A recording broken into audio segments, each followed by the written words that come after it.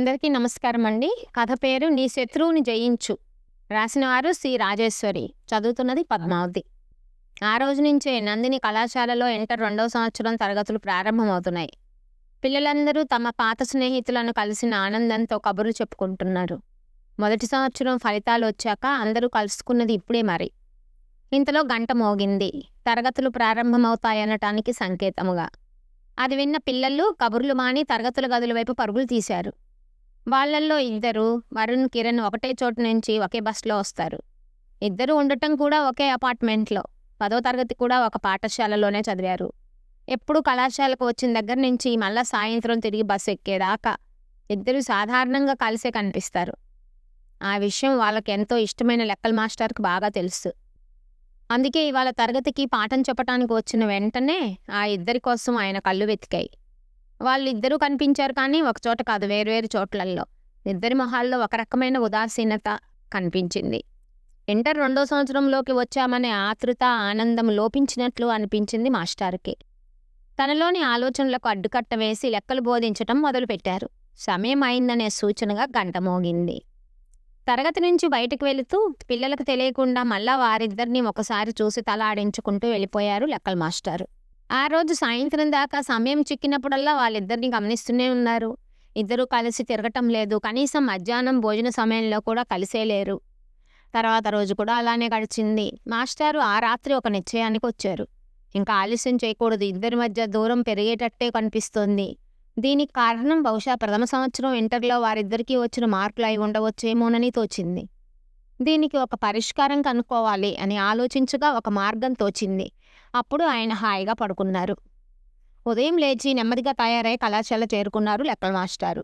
Bus ఆగిన వెంటనే వరుణ్, కిరణ్ గబగబా దిగి ఎవరి దారిన వాళ్ళు తరగతి గదికి చేరుకున్నారు. మొదట భౌతిక శాస్త్రం తరగతి ముగిసింది. తర్వాత లెక్కల మాస్టర్ వచ్చి పాఠం చెప్పారు. తరగతి అయిపోగానే వెళ్తూ వరుణ్, కిరణ్ మీరిద్దరూ నా గదికి రండి అని చెప్పారు. ఇద్దరూ ఒకళ్ళ మొహాలు ఒకళ్ళు చూసుకుంటూ విడివిడిగా మాస్టర్ గదికి వెళ్ళారు.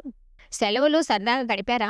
ఎక్కడికైనా వెళ్ళారా? ఏం చేశారు? అంటూ వాళ్ళ మొహాలలో కనపడుతున్న ఆతృతను తగ్గించటానికి అన్నట్లు సరదా సంభాషణ మొదలుపెట్టారు. సార్ మీరెందుకో రమ్మన్నారు అంటూ ఇద్దరు మాస్టర్ ఏం చెప్తారా అని ఆదుర్దాగా చూశారు. ఏం లేదురా, మీరిద్దరూ ఏమైనా దెబ్బలాడుకున్నారా? ఎందుకు కలిసి ఉండటం లేదు? ఇద్దరూ బద్ధశత్రువుల్లాగా ఒకరి మొహం ఒకరు చూసుకోవటానికే ఇష్టపడటం లేదు. కారణం ఏంటో నాకు చెప్పేంత వరకు మీరు ఇక్కడి నుంచి కదలటానికి వీల్లేదు అని కొంచెం తీవ్రంగానే చెప్పారు లెక్కల మాస్టారు. మాస్టారు కోపం అప్పటి వరకు ఎరుగని ఆయన్ని అలా చూసి బిత్తరపోయారు పిల్లలిద్దరూ. దుఃఖం ఇద్దరికీ పొర్లుకొచ్చింది.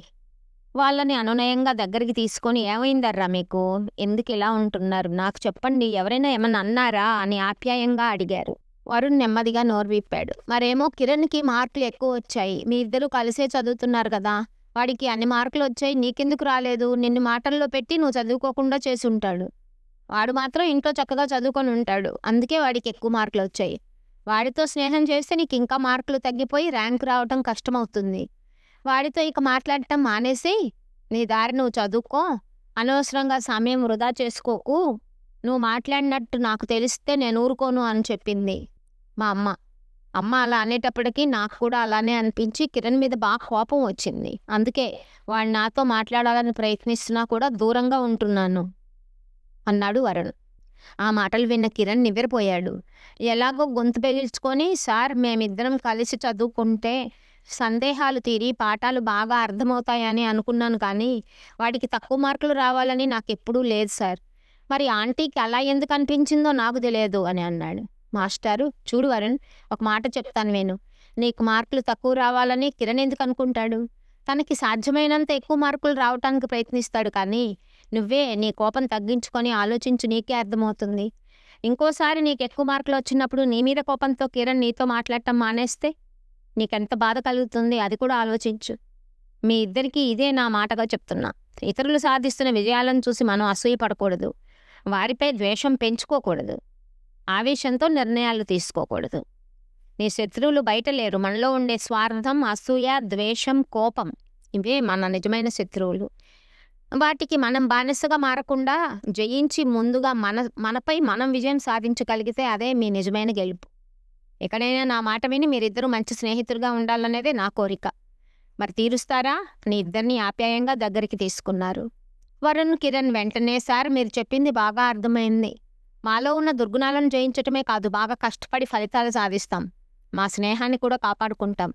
ఇదే మేం మీకిచ్చే మాట అని ఆయన చేతిలో చెయ్యి వేసి ఆయన కాళ్ళకు దండం పెట్టారు. లెక్కల మాస్టారు ఆనందంతో వారిద్దరినీ విజయీ భవ అని ఎంతో ప్రేమగా ఆశీర్వదించారు. కథ సమాప్తం.